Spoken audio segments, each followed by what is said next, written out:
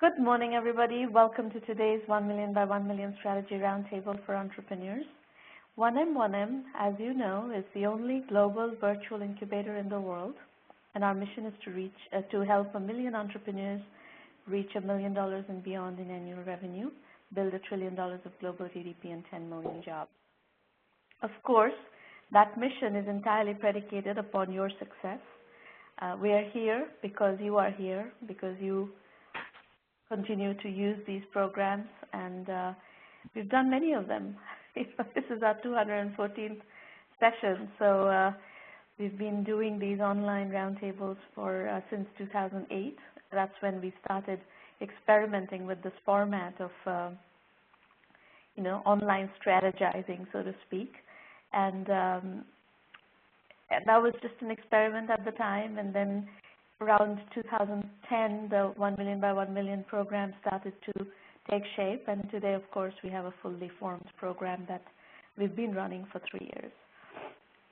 So this event is being recorded, and you will have the recording available both on our YouTube channel, which I'll give you the information on in a moment, and also on the blog. Now, if you want to follow us on Twitter, we run a very active Twitter channel. We put a lot of content, a lot of rich content, really interesting rich content through our Twitter channel, and that's at 1M by 1M and at Shromana. Either one is fine. And if you're live tweeting the show today, please use the hashtag 1M1M. Now, the Roundtable channel on YouTube is at 1M1M Roundtables.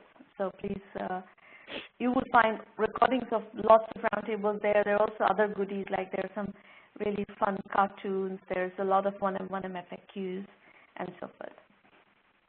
Now, these are the call-in instructions, and I will put them back up later. We're going to first do 2 slide presentations. We have 2 entrepreneurs who have sent in their slides ahead of time. So we're going to go through their slides and do their strategy first, and then any of you can call in with any issue that you want to discuss. We're also going to do a segment today on ultralight startups, which was the subject of our email newsletter this week. And as I mentioned, we will have a discussion on that. And by the way, in the future, most of the roundtables, we're going to discuss something, some kind of case study. And we've just started running a series called Starting Unicorn Companies. And you will see that in our upcoming newsletter, and it's already, some of that is already on LinkedIn, in my LinkedIn column. So a unicorn company, and we're going to analyze what happened at the beginning of that company and what really were some of the sweet sauces, some of the ingredients that helped them become these billion-dollar valuation companies. All right, so it sounds like we have one entrepreneur who wants to call in. Now, I'm getting some feedback in private messages that my sound quality is choppy. Is that something that all of you are experiencing, in which case I will, yes? Okay, all right, then why don't I call back, and Maureen, can you give me the call-in instructions? Actually, no, let me just call in. I'll just call in. I think I have everything here. Let me see if I can pick all the stuff up from where I need to. I'll just call right back, okay? Okay. Pinky, are you on the call? Yes, I'm right here. Oh, okay. So you can go as soon as Shromana gets reconnected. Actually, even your voice is choppy, so I'm not sure if it's my phone. Can you hear my voice properly? Yeah, you sound good. Oh, okay. Yeah, choppy. Oh, yeah? I'm not sure what others have to say. Perhaps I can call back. No, you sound good. I don't need to talk, so I can just go on mute. Okay. I'll just wait for Shromana to call back. Sorry, everybody. Here she is. Is that better? Yes, it sounds better to me. Yeah? Okay. All right. Okay, so before we go to the slide presentations, there is one entrepreneur who's actually standing by on the call. She's requested to talk first. So Pinky, are you on the line? I am on the line, but your voice is extremely choppy. I can barely make out. My voice is extremely choppy. At least for me, it is. Yeah. So I just dialed in again. So is it still choppy? For me, it is very choppy. It sounds okay to me. Oh. Maybe I should just call back then. Perhaps it must be from my end. Okay, this is the first. I've never had this experience before. I mean, all I can do is call in again, Maureen. What do you suggest?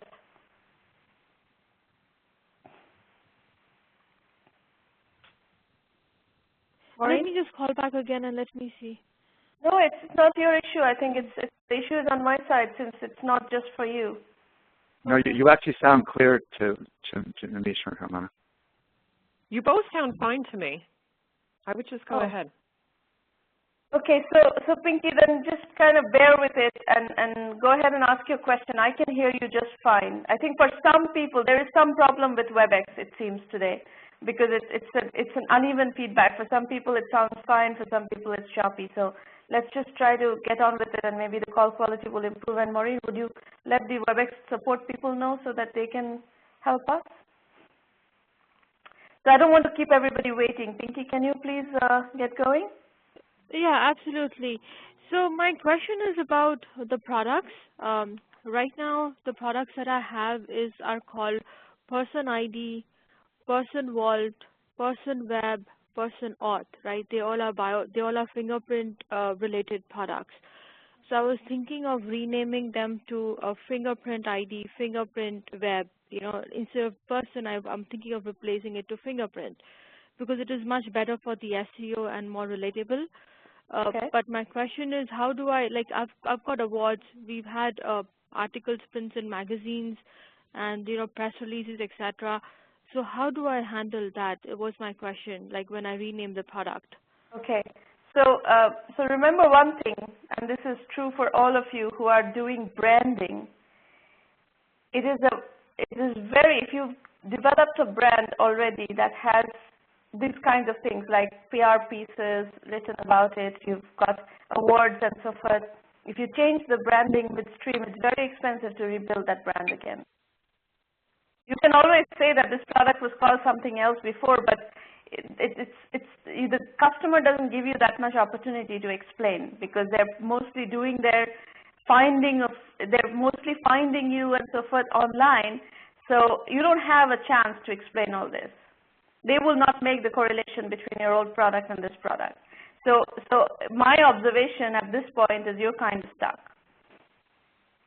Oh, should I just put like Fingerprint ID / Person ID on my web pages going forward and then later on perhaps move it? Because I found out that with Fingerprint ID, I'm getting more hits than Person ID, the original brand. Yeah, so assume that you're going to, if you make that change, there's a reason you're making that change because you want a better SEO ranking. That's fine, but assume that a lot of the brand work that you've done before is not going to be as helpful. You can put print ID / Person ID, but the problem is people don't spend that much time studying you, right? You get limited mind share and limited time to explain things to people, and explaining a brand that this is the same brand as that one, you hardly get any time to do that. But if you think SEO-wise, this is something you need to do, go ahead and do it, but be aware of the fact that this is a problem. Okay, but then so for, let's say if I do go ahead and change the brand, can I still put the links to my press releases and awards, etc. on Finger ID? Where you have the link to the press releases and everything, you're going to need to insert everywhere that this product used to be called blah blah blah, and these press releases or these PR coverages before the brand change happened. Okay. You've got to call it out everywhere that you have this issue. Okay, so what about awards? Same thing. Awards page where you're where you're showcasing the awards, you need to say the same thing, is that this product used to be called this, and these awards that we are showcasing were won by the company under that brand name. Okay, got it. Okay, great. All right, so I'll put this call-in instructions again in a little bit. Let's do a couple of slide presentations. So Robert Styler goes first. Robert, if you could unmute your line and tell us what you're doing. Yeah, can you hear me, Sharima? Yes, I can hear you fine. Can everybody else hear both of us? Yes, okay. All right, let's go, okay. Robert. Great. Crew is a network to harness the power of capitalism and actually shift it into a force for good. The idea is that crowdfunding is a one-time event. Crew funding is a relationship. If you could go to the next slide. What we do is we support only social impact companies. That's the niche that we work in. We work with solar companies and companies that improve our planet in some way. So we provide the funding to launch. We provide ongoing sales, market feedback. We actually cross-pollinate between the different companies on the networks. But the main thing we provide is a captive marketplace with active stakeholders who are actually paid to support the brands on the network. Next slide. One of the big problems that we see is consumers are inundated with information and choices. To us, the solution is pretty simple. 64% say shared values is what makes a difference for them. 77% consider the environment when they shop, and 92% trust recommendations for friends and family. So Crew sits between an affiliate program and a Tupperware party for social impact companies. Next slide. In a global market, Crew becomes our tribe. So the idea is that we'll support local entrepreneurs that have a social impact company. A lot of times these companies have a great niche in their local market, but they can't get a global distribution, and that's where Crew comes in. We find these local companies, they promote Crew to their existing networks. And I'll give you a couple quick examples on that. We just partnered with a dating site called Spiritual Singles. They have 70,000 members on their site. They're going to promote Crew to all of their members.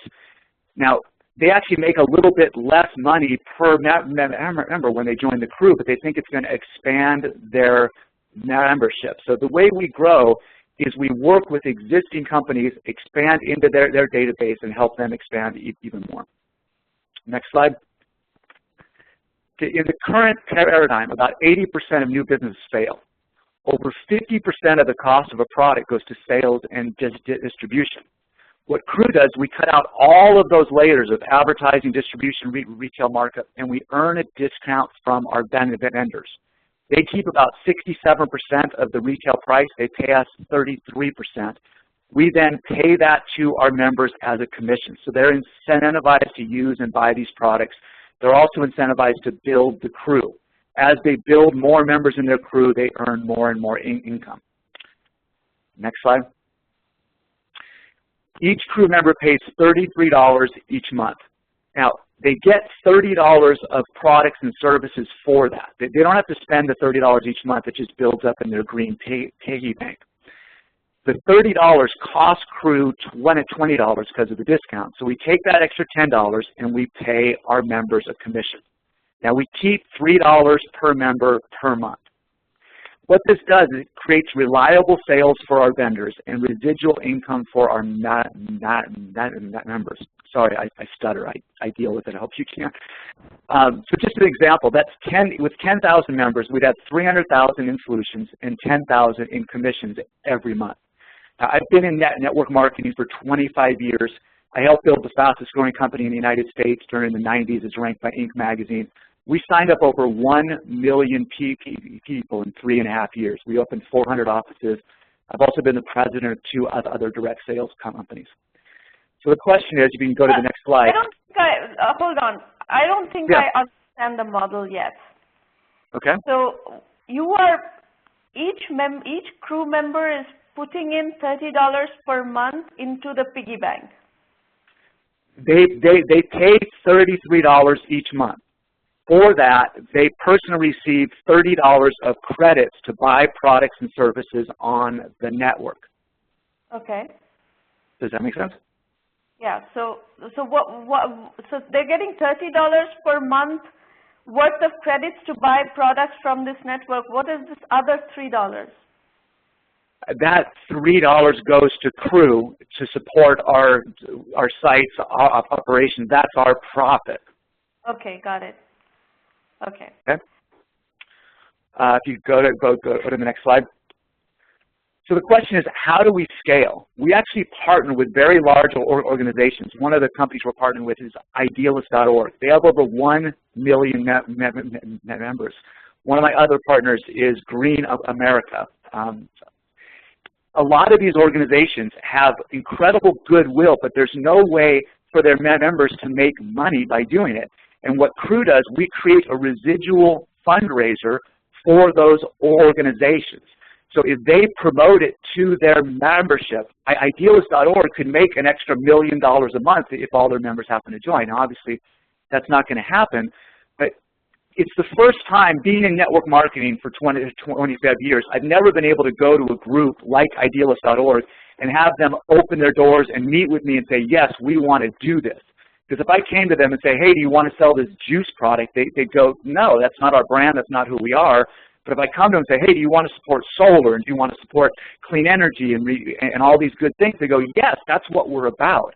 So for the first time, I'm actually getting the doors swung wide open for me in these large organizations that are desperate to find a way that they don't have to go out with their hand out to raise more money. They want to be self-sustainable. And how do they make money in this model? How does Idealist.org make money? Because for every member they sign up, they get paid a commission. It's an ongoing monthly commission. They make about $1. How does this slide split up? Where is Idealist in the pie? What is the part in the pie? The $10 of commission that's paid to our members, they get a piece of that. So they earn a commission for every member they bring into the Crew. They get paid. So the $33 that the Crew member pays, how much of that is going to Idealist? Up to $7 if they directly bring in that person. If that person brings in somebody else, then they make $1.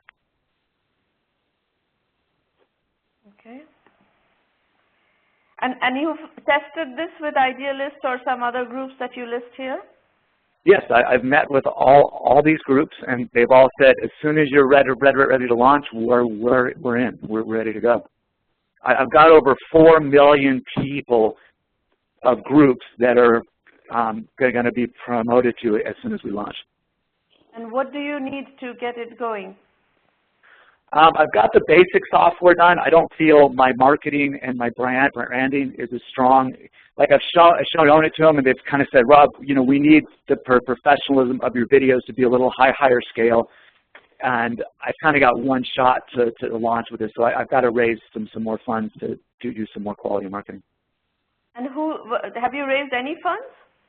No, I've done this all by myself. I spent about 50 grand so far.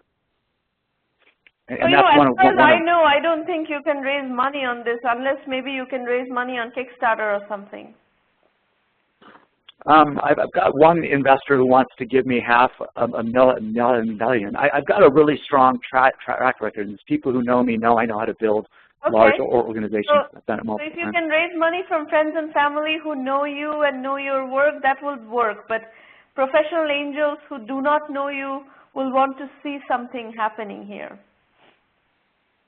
Okay, and that's what I'm planning to do. My goal is to get about 50,000 folks in the network before I really went out and tried to raise professional money. Yes, that's pretty much the thumb rule is that if you're raising money without validation and without something going, then you have to raise money from friends and family. Okay. Next slide. So the idea is that we're going to focus on a very specific niche. We only deal with products that are improving our world. These are the companies that have signed up with us so far. And you know, what we have to show a potential member is there's enough value on the market each month to spend your $30. I mean, people are going to spend $30 a month on something. We just want to get them to spend it on something that improves our world. Next slide. So this is Daniel Epstein of the Unreasonable Institute. He was ranked by Forbes as one of the top 30 entrepreneurs in the world. He came out and said, Cru solves 80% of our problems. We have all these solutions out there. What we need is distribution. Because what Cru does, it becomes an ecosystem where entrepreneurs are able to support other entrepreneurs because they can promote their products and get paid to do it because they earn a commission every time they sell somebody else's product or product. So each business within the network can cross-pollinate the other businesses. Next slide. These are some of the people who were behind us. Jager Shaw launched Sun Edison. Lisa Gravitz founded Green America. Terry Molnar is the co-founder of the Calvert Funds and on the board of Ben & Jerry's. Next slide is our financials. It's all basically, we make about $5 per member per month, so as it scales, the numbers get very, very, very attractive. My question to you is on the last slide, the investment, what we're asking this investor, I want to know what you think about this, is a $500,000 investment for 40% equity with buy-down rights. And the idea is that once we pay... How much? 40% equity for what? How much? $500,000 in equity for 40%, a $500,000 investment for 40% equity with buy-down rights. So once we pay him back, then he gets 20%. Once we give him a 2x return, then he gets 10%. That's a terrible deal. That's an absolutely dreadful deal. Why is that? $500,000 for 40% equity is a completely unreasonable deal. We believe that you need to raise, if you raise equity, you need to raise equity at a $2 million pre-money minimum. So if you have a $2 million pre-money and if you're raising $500,000, then you're giving out, 20% of the company.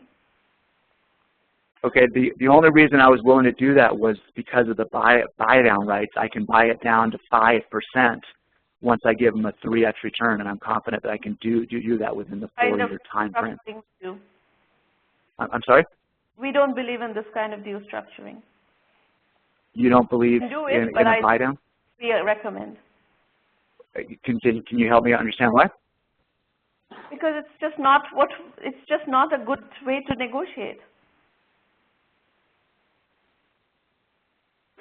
I mean, if you can tell me a reason, the reason the investor likes it, I'll tell you why. Because mostly your projections are not going to meet up to the expectations. Projections almost never meet expectations. They take a lot longer in startups. They take a lot longer to come together. You're going to need to raise money again. So if you have this $500,000 take away 40% of your equity, by the time you're done with this business, you're going to own maybe 5% of the company. And you will not get a chance to buy anything down. I disagree because I believe our business model... That's fine. You do what you like. I'm just giving you an opinion. You're here to get an opinion. I don't control your life. I don't run your life. You do exactly what you please. That is your prerogative as an entrepreneur. You can do exactly what you please. You don't owe me anything. This feedback is free. I appreciate it. And you start it the minute you want to. Okay, well that's the question that I had, and I appreciate your feedback. You're welcome. Okay. This is another presentation, I think. Where is the start of this thing? Is this, Pooja, your beginning slide?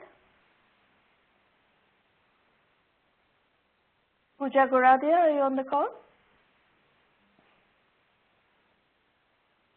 Yeah, can you hear me? Sorry, I was on mute. Yes. Is this your starting slide, or is there something before? Yeah, it's one more slide up, sorry. But that's okay, we'll go right to the next slide. So I'm Pooja Goradia. My company is Muchness. We are next slide. We're a search engine to find luxury luxury goods on sale. We're a team of 3, all full-time, including a CTO. Next slide. So, quick overview. If you believe in Google to search for information and Kayak to search for travel, you'll believe in Muchness to search for luxury clothing on sale from brands like Tory Burch, Marc Jacobs, Prada. So we are the link between shoppers, and for retailers, we help sell through their on-sale inventory. Next slide. So, Pooja, before we move on, let me ask you a question here. So there is a bunch of these kinds of offerings out there. For example, the Find.com went after this market, perhaps not with as much a luxury good focus, but definitely they had all the luxury brands in their portfolio. What's the closest to what you're thinking of doing? So I would say what our biggest competitors, if to really get an idea, would be something like a ShopStyle. Okay. But the only thing, I think we're much more focused in that we only go for on-sale luxury, luxury clothing, accessories, etc. And I think we have a very targeted merchandising point of view. You can search by category, by brand, by size, by category, and it'll service both the discovery-based shoppers, like someone that's like, I just want a window shop, as well as the intent-based shopper. And I think it's very hard to do both because of the big data that's behind it. The next question is, what is your target segment? Are you doing men's, women's, children? So we have three stores. We have a women's store, a children's store, and a men's store. Predominantly, we think 85% of our customers are going to be females in the range of 20 to 55 years old. You know, average household income above $85,000 in primarily urban centers in New York, Chicago, and LA. But we also think women shop for their significant others, whether that's, you know, their husbands, their boyfriends, whoever, and also shop for their children primarily. So when we go after where we've spent some of our marketing dollars testing, we've always tested on mostly females, or that's what the outcome has been. So that's our target demographic. So the next feedback I have for you is, do not start with 3 different sites. Just do the women's site and get this. So let me finish. It's absolutely. So the reason being, once you have all that going and it's already hard to do one site well. And it takes a lot of resources to acquire customers, to do the merchandising and everything. So, so once you get that going, once that site is fully up and running and you have customers that's generating, you're fully validated the business model and and you're making revenues and so forth, then you can credibly, you know, go after other sites and so forth. And especially if you're trying to raise money, I think that's exactly what the investors are going to tell you. If you go to investors and tell them that I'm going to raise money, I'm going to do 3 different sites at once, they'll immediately tell you that we want to see one site doing well first. Okay. Okay. Just as a little bit of background, it's all on the same site, and it's already we already have a working prototype, and we are making revenue. We're just not actively marketing. Some of the product fixes that we're doing everything on women first. Like you said, I totally agree with you. Since that's we want to make everything like we're fixing our size filter and our category filter for women first, and trying to really perfect that before even, you know, starting to fix some of the products in both the men and children's stores. So I totally agree with you. So we can show them that we can execute on it. That's our goal. So so if you move on to the next slide. Sorry, I'm on a different. So our revenue model is through 4 different channels, with the biggest one being affiliate marketing. For every customer that comes through our site and they click through to an end retailer, so an end retailer would be anybody from a flash sale website like Gilt to a standalone e-commerce store like Shopbop to, say, a department store like Barney's. A cookie is saved, which lasts for 30 days. So anytime we direct a sale to our end vendor, we receive a commission ranging from 10 to 20%, and a lot of times it's tiered. So the more volume we drive, the more opportunity we get. We get to receive more commission, and with that, the cookie will last for 30 days. So no matter what they buy from that end retailer, say they purchase a full price shirt from Barney's, we still get the commission from that. The 3 other sources here, the primary sites that you have your eyes on, the sources of merchandise, do they all have affiliate programs? So yes. So what do you mean? Do you mean does Barney's have an affiliate program where they pay commissions to affiliate partners? Yes, yes. So my question is, make sure that not everybody has all these affiliate programs set up. So does Barney's have an affiliate program? Does Bergdorf have an affiliate program? Does Neiman Marcus have an affiliate program? You need to check all that. Yeah, so we already have those relationships. We have over 100 vendors that have agreed, because it all goes through affiliates. So like Skimlinks, they have to approve us. So we've been approved already. So but do they have affiliate programs? Because this requires stuff set up on their end. Affiliate commissions, it's not just cookie on your end. They need to have all this set up on their end. Yes, they do. So we have agreements with them in place already. Okay. So they have to approve us, and that process we've done with a lot of vendors, and we're still going through them. But the amount of time it takes to clean the data, we've stopped adding. So we have over 100 vendors already set up, but we stopped because limited by manpower, or we only have 1 CTO. So you don't need that many. You just need enough to be able to get things going. That's fine. Yeah, I totally agree. And we have enough big names in there, like the Barney's, the Bergdorf, the Gilt, already in there to at least prove it out. Okay. So next slide. I already went through the demographics, so we can go to the next slide. Next slide. I just switched slides. This is not the slide you want? Yeah, we already went through the demographic. We can go to the next slide. So we think that we have very positive user metrics right now. We've spent almost $0 on marketing, and we've acquired 10,000 actual users of the website.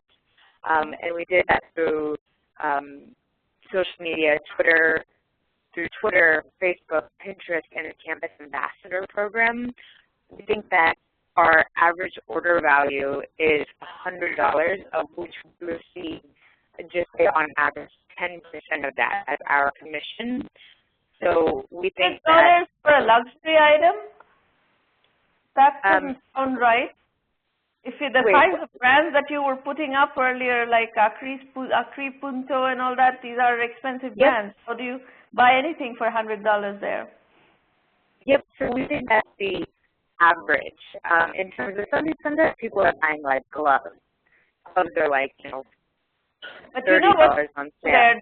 You just mentioned that one of your customer acquisition strategies has been campus ambassadors. You're going for a very young demographic that doesn't have any budget. Yes, that's why we think that it will be pushed down a little bit. We think a Campus Ambassador program is effective because we can spend almost $0 on it. Yeah, but it also changes the segmentation of your business. That means you're going to have to carry items that are much less expensive, and these are not luxury products. So that changes your branding, that changes your positioning, that changes your segmentation. I agree with you. The reason we made that change in December, we added a range of middle brands like the Anthropologies of the world, Urban Outfitters, Pipeline. I'm kind of not happy with that change. I wouldn't make that change. If I want to build a luxury website, meta search engine, I would build a luxury meta search engine and go figure out how to acquire customers who buy luxury products so that my commissions are not, so my average price is not $100 but $500, so that's a different business. A $100 average price business is a very different business. A $500 average price business is a very different business. So you're building a very different business than what you explained to us in the beginning, and you've made changes because it's easy to send out campus ambassadors. I think it's a wrong strategy. Okay, that's fair. That's very fair. You're letting the tail wag the dog. Right. Okay. So just to close out, I don't want to take up too much of your time. We think it's a large addressable market. I think the luxury goods, luxury globally is a $300 billion business with $96 billion in the U.S. So I think there's a large piece of the market that we can take out. I agree that there is a lot of competition, but I think it's an addressable market. So my question to you is we have, like, how much do we need to prove out to, you know, a potential investor? We have a working product. Yes, you know, there obviously needs to be things that we have product releases coming out. They just take some time, but how much needs to be proved out? Do you actually have transactions happening right now? Are people buying? Are you making revenues based on the? Yeah, we're making revenues, and in February and March, we tested out email marketing, which is, you know, it's a great way to reach our customers, but we didn't want to fatigue them because our product was changing daily. So we had some drop off, but we made about $1,500, and I know that's a very small amount, but that was on a changing product. We think our conversion was around 1%. We think that can be higher with a better product, and a better product requires, you know, more engineers. So you know, you can raise, I think you've got an MVP, you've got a bit of validation and all that.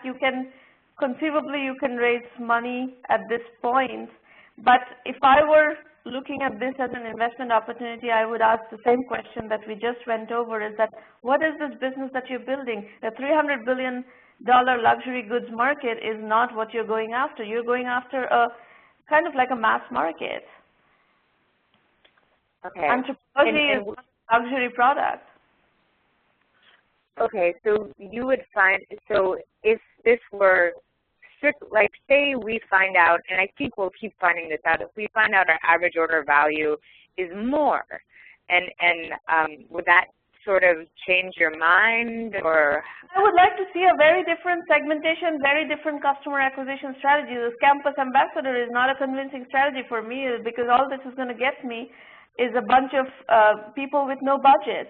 That's not what I'm after. I'm after the women who are, you know, who have budget to spend on luxury products. Okay. And customer acquisition and strategy to get to those women. Okay. And if I could just ask one more question. So with very limited marketing dollars, so just as a bit of background, we raised $100,000 in September that went towards the redesign of the website, and that finished product is what you see in that screenshot a few slides before. And, you know, we have some money left over, and we're in the process of raising a round. And you know, we've tested out a lot of marketing strategies. And if you could think of one strategy to kind of get back at what you think is the core of a customer that has a lot more discretionary income, do you have any advice on what that would be? Here's an idea. You have campus ambassadors, so take this campus ambassador strategy seems to be working for you. So go to a college that is really expensive where, you know, girls from rich families go. Yeah, no, I don't think that's big luxury goods purchases. Yeah, okay. No, I would love to do that. That's a great idea. But we have limited funds. Jokes apart, yes, you can do that, but that cannot be your real customer acquisition strategy for this company. You need a real convincing customer acquisition strategy that may not be what you can fully prove out right now, but you at least have to, with your next chunk of financing, you will need to prove out a better customer acquisition strategy on the right segment, not on this, you know, wishy-washy segment. Right. Okay. Okay. That's very helpful. Thank you so much. Very welcome. Folks, we're going to spend a little bit of time on ultralight startups, and then we're going to come back to Q&A. We'll open up the line and you can call in. As a matter of fact, if any of you want to weigh in on this discussion, you're very welcome to do that.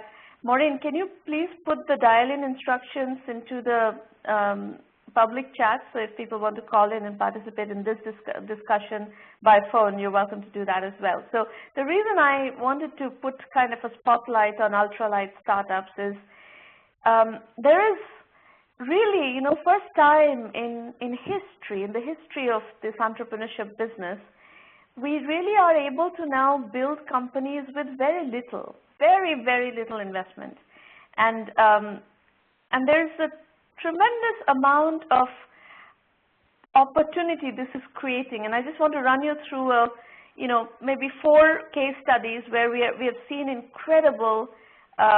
incredibly cost-efficient execution, and I would like you to go read the case studies. They're all available on the website, and Maureen is putting the links here. If you have read it already, you will be able to participate in this discussion more vibrantly. But Fine Art America, for example, had built, and now they're way past these numbers, but when we did the case study a couple of years ago, they were doing $5 million in revenue with just 3 full-time employees. There was the founder, who was also the technical guy. There was a customer service, there were a couple of customer service people, and everything else was outsourced. So Fine Art America basically is a site where artists sell their art in print format. So if you're a painter, you basically you have your kind of gallery set up on Fine Art America, and people who want to buy your art in print format, basically you load up the image, Fine Art America prints and if necessary frames the image and ships it over to the customer. This is the business model. It could be photography, it could be collage, it could be paintings, it could be all sorts of things that operate in this mode of prints of original art. And the company, of course, is logistics heavy.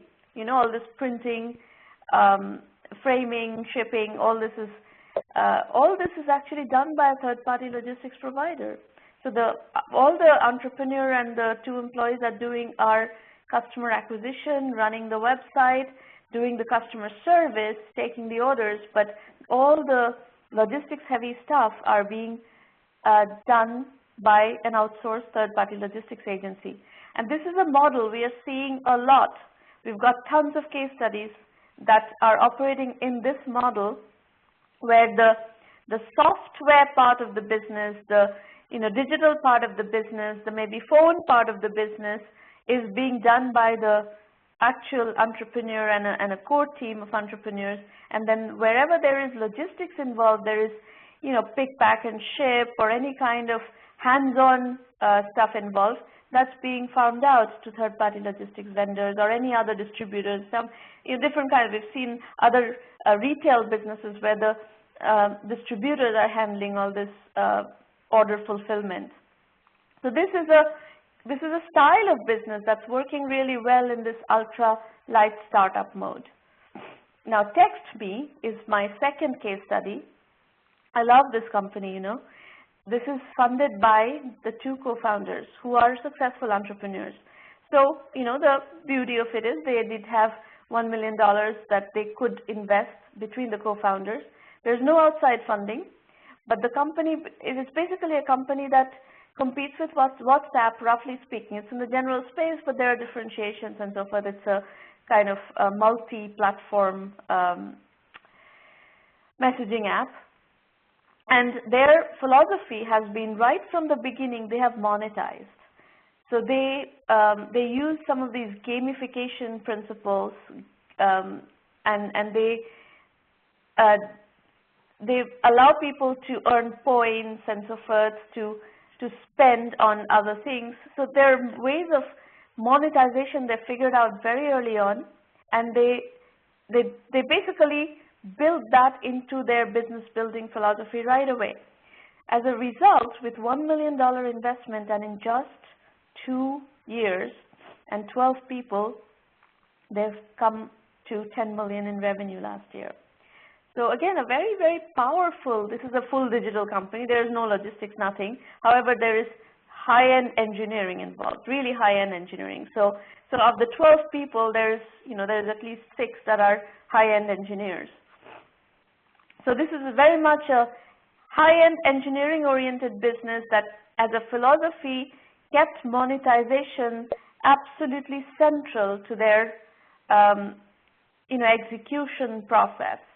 So this is a business that has been built by a very small team, ultralight startup again, to 10 million in revenue with 12 people and just $1 million in investment. Very interesting case study worth looking at. Please go ahead and take a look at it. Maureen will give you the link to this one as well. Actually, all the links, the link that Maureen has already put, Trendspotting Ultralight Startups, that post has all of the links in one place.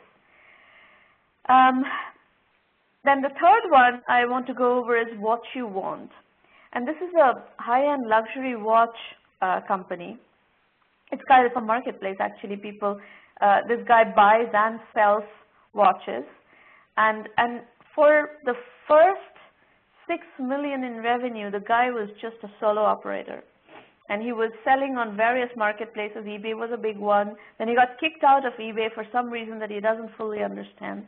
But that also kind of forced him to develop his own web presence and so forth. But right now he sells both on his own website as well as multiple other marketplaces. And it's now they do all the, they have insurance and they do all the pick, pack, ship. This is luxury item, right? This is an expensive item, and it's not very complicated logistics, but there is handling of all this stuff. There is, writing, copywriting on every single product. There is buying and selling of products at a very large scale now. So the company is doing over 20 million in revenue at this point, and they only have about 50 people. But the beauty of it is they went from 0 to 6 million with just the entrepreneur alone. So again, interesting case study in e-commerce on how people are scaling companies with very little resources. Another one is Car Part Kings, also an e-commerce company. This again, it works as a front end and works with distributors in the different categories that he operates in. It basically sells car parts. And he has relationships with various distributors on different categories of car parts that he sells. And they're doing almost 10 million in revenue with just 14 employees, and they do none of the logistics, none of the order fulfillment themselves. All of that are done by distributors, but they do all the front-end work themselves. So again, ultralight model, keeping just the digital part in-house and all the physical logistics part outside. So these are 4 case studies that I wanted to kind of, present to you and encourage you to go study. All the case studies are available on this link, by the way.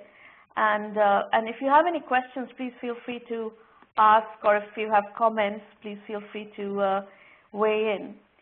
Now, while you're sorting through all this in your heads and mulling these concepts, I'm going to spend a few minutes going over the 1M1M program and how to use the program. And then we'll come back and open up the line again for call-ins, questions, comments, not just on these case studies, but anything you want to discuss. If you want to discuss your specific situation, any strategy issue that you're dealing with, we can come back and discuss those. So if you like, by the way, what we do in 1 Million by 1 Million, we would love you to let 10 serious entrepreneurs know about 1M1M, because we are looking for serious entrepreneurs who really want to execute on their ideas and build a serious business. So as you know, 1 Million by 1 Million's mission is to help 1 million entrepreneurs reach $1 million and beyond in annual revenue. We are the only global virtual incubator in the world. In terms of resources, our blog is a very powerful blog, and we constantly have very impressive entrepreneurs who have followed very different strategies to get to where they've got to in terms of success. I will go over all that, Anne, in a moment, just a second. I will go over exactly how the membership works. So just like we talked about a bunch of ultralight startups here, next week we're going to talk about a company that is heavily funded and that has built a $1 billion company as well. So we've had all kinds of entrepreneurs come on our forum and share their journeys. And that has led us to the Entrepreneur Journeys book series, where you will find, we have published 8 volumes of Entrepreneur Journeys, and everything is available on Kindle. We really are believers in the digital publishing phenomenon, so we do everything on Kindle at this point. But the first 4 books are also available as paper books on Amazon. So take a look at those books. It also synthesizes case studies and gives you nuggets of information and understanding. The blog is at srimanamitra.com and also accessible from 1mby1m.com. This is what the site looks like. There are lots of videos on the site itself that give you ideas about, give you FAQs about 1M, how to use it, answers most of the questions that we have seen so far. Then we have these free roundtables every week, essentially. All through May, all through June, every Thursday morning we will be here. So if there is a business that you want to go over and strategize on, come back and book your slot, and let's basically go over and see where we can add value, what you need to do next, what you need to be aware of. Like, I was very blunt with some of my observations on Pooja's business, and really, it's up to you whether you want to take my feedback or not. You all have to use your judgment. It is, at the end of the day, your company. But out of my deep respect for all of you as entrepreneurs, I will try to add value. That is my promise to you, is that I will give you what my honest observation is, what my honest assessment is about your business. I'm not going to always tell you what you want to hear. I will tell you what I believe you need to hear to be able to make progress and get to the next level. So we've obviously done this for a long time, and we have a lot of perspective into the startup business. The free roundtable page on the site is where you have the registration links, dates, times, everything. Now the annual membership fee, the $1,000 annual membership fee, gives you unlimited access to extensive methodology guidance, the full curriculum, core and elective. I will go over core and elective with you in a moment. Business development, we introduce you to customers, channel partners, where you can make business happen. We open our Rolodex to you. We do extensive strategy consulting, same format, but members only in private roundtables.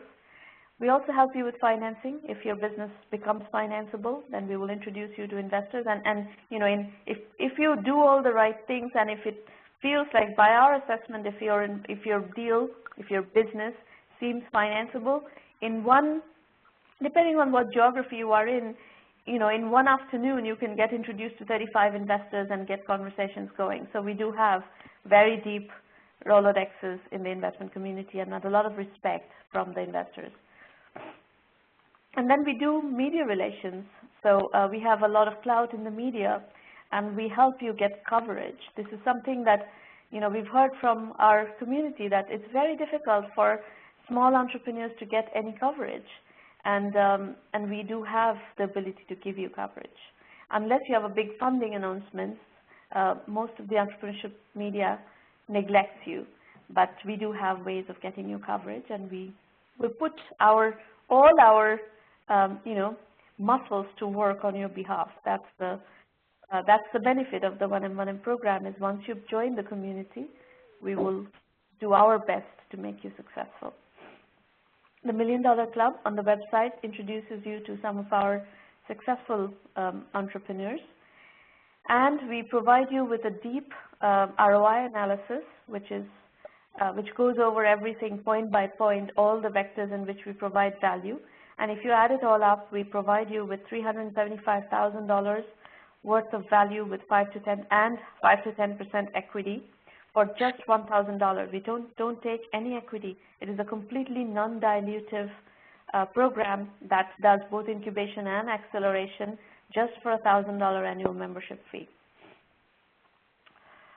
And then we also give you lots of orientation material on how to use 1M1M effectively. Folks, I will take questions from the public chat. Feel free to go ahead and type in your questions in the public chat as I see you doing. I will answer them as soon as I finish this segment, okay? Now, I would like you to also take a look at the 1M1M self-assessment, which is a 9-point questionnaire on the 1M1M website. And basically, this kind of asks you the questions that you should be asking yourselves. And if you're a premium member, we also provide the curriculum modules that help you address your knowledge gaps in each of these areas. So everything is at 1mby1m.com. We have lots of information about how to evaluate the premium program and what to expect from the program and so forth. Lots of video FAQs and so forth. Now, Anne, you were asking questions about the curriculum. Core and elective are all part of the premium program, and you will have access to everything. So we provide we teach the curriculum in form of video lectures and case studies. We've had over 600 really successful entrepreneurs come and participate in this program and share their journeys, their lessons from the trenches, their advice, and so forth. And we have stitched all of this up into video lectures, and we provide you with the actual case studies from where these lessons are coming from as well. So I am not teaching you this program alone. This curriculum is taught by over 600 very successful entrepreneurs, including some that have built billion-dollar companies. So it's a very powerful, very inspiring curriculum. This is what the curriculum consists of. We have 7 core topics: bootstrapping, positioning, market sizing, customer validation, financing, customer acquisition, and team building. And on the elective side, we have Web 3.0 and e-commerce, cloud computing and business solutions that covers big data, Internet of Things, and so forth. Outsourcing and consulting, mobile and social apps, healthcare IT, online education / edutech, and gaming. And it's unlimited access to all of it through your membership. Our methodology is lean, capital efficient, bootstrap startups. We are very respectful of the fact that you have limited resources, and we don't want you to spend 1 penny more than you absolutely need to on anything.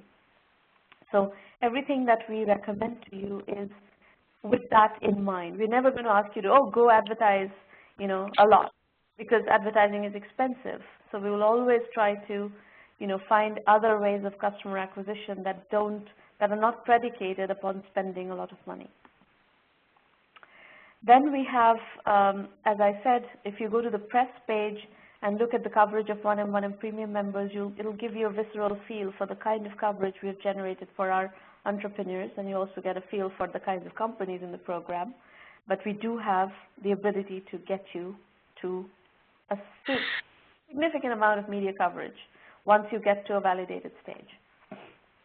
We also have a lot of presence in social media, and we let you access our social media channels. So Twitter, Facebook, LinkedIn, we have extensive presence, and our blog. We let you access those channels and let you market through those channels. So that, again, has its own ability to get you visibility, get you distribution.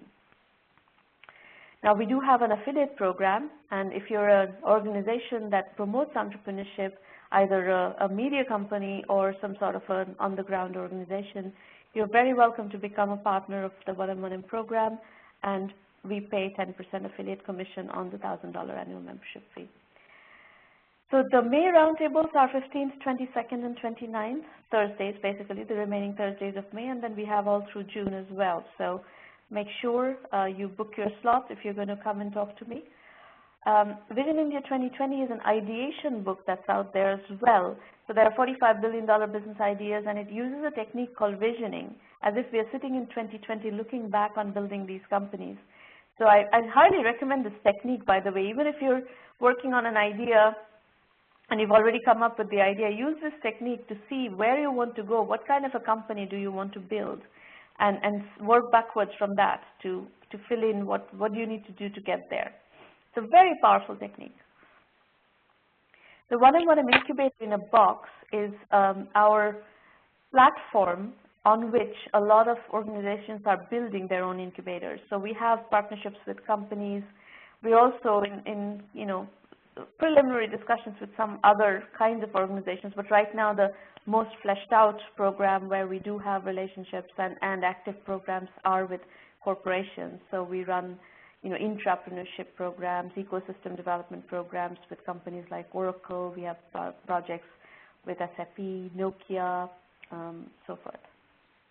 So if you're looking for a platform to plug into your incubator or to build an incubator on top of or an accelerator on top of, this is definitely something that you can look into.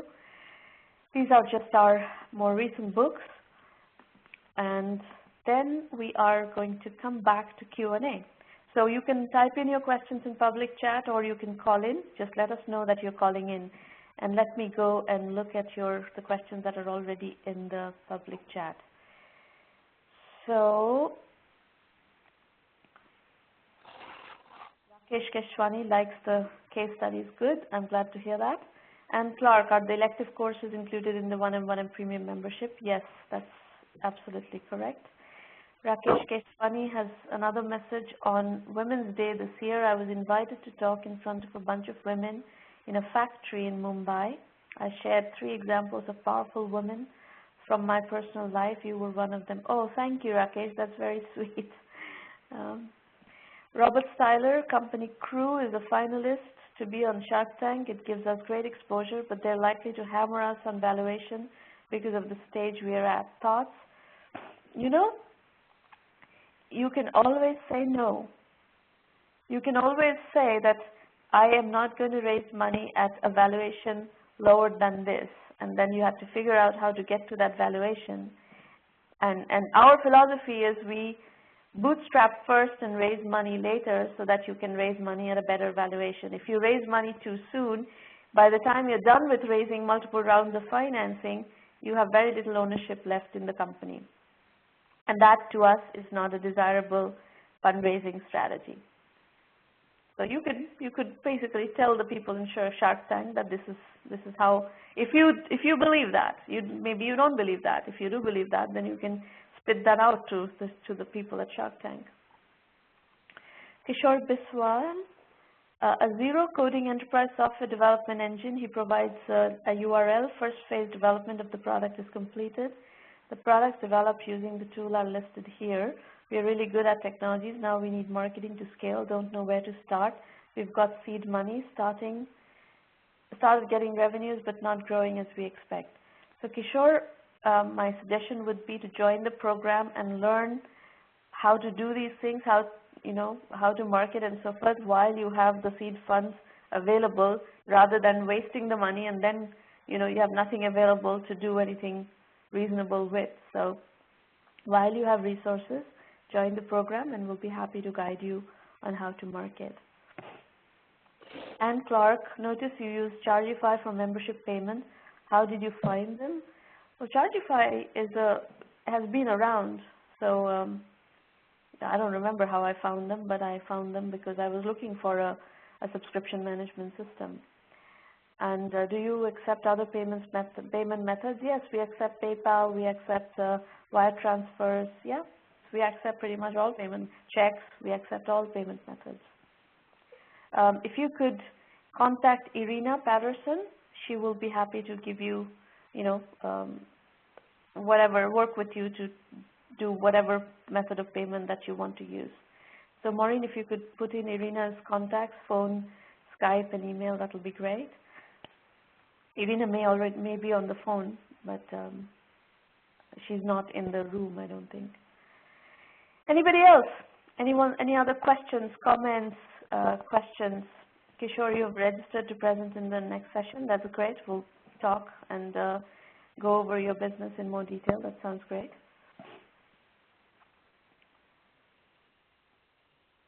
Anybody else? Questions, comments?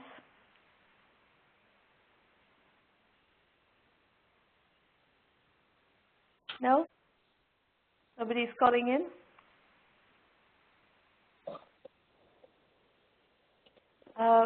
Anne Clark's question is, we are contemplating forming the company exclusively from profit participants. Is that realistic? I don't understand the question.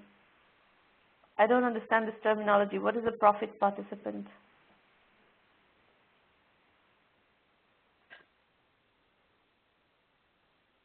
Are you asking that you want whether you can grow the company from profits only, organically? So Maureen is giving you Irina's contact information. Irina Patterson is at 786-301-2456. Our email is irina@1m-by-1m.com. Skype is irina_Patterson. So Anne, are you asking whether you can grow the business from profits only? If that's the question, the answer is yes. Question is compensating people via participation rather than cash upfront or equity? I doubt it. I doubt it very much.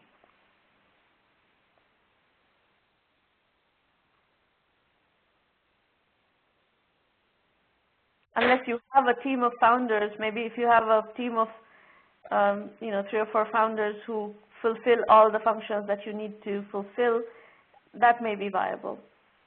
They may all be equity participants, and that's it.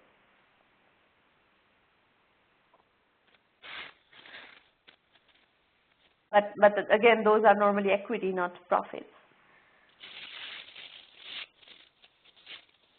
So by and large, I think what you're thinking is not realistic. But I don't have the details, so I can't say for sure. Anybody else? Questions, comments?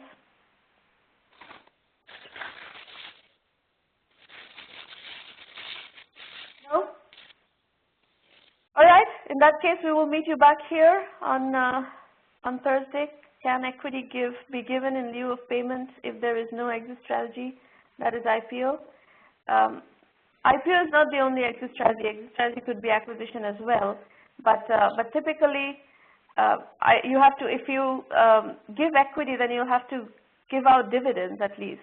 Otherwise, how do equity participants make money? There needs to be a compensation for equity participants. Once you become profitable, then you give dividends. That's the only other option.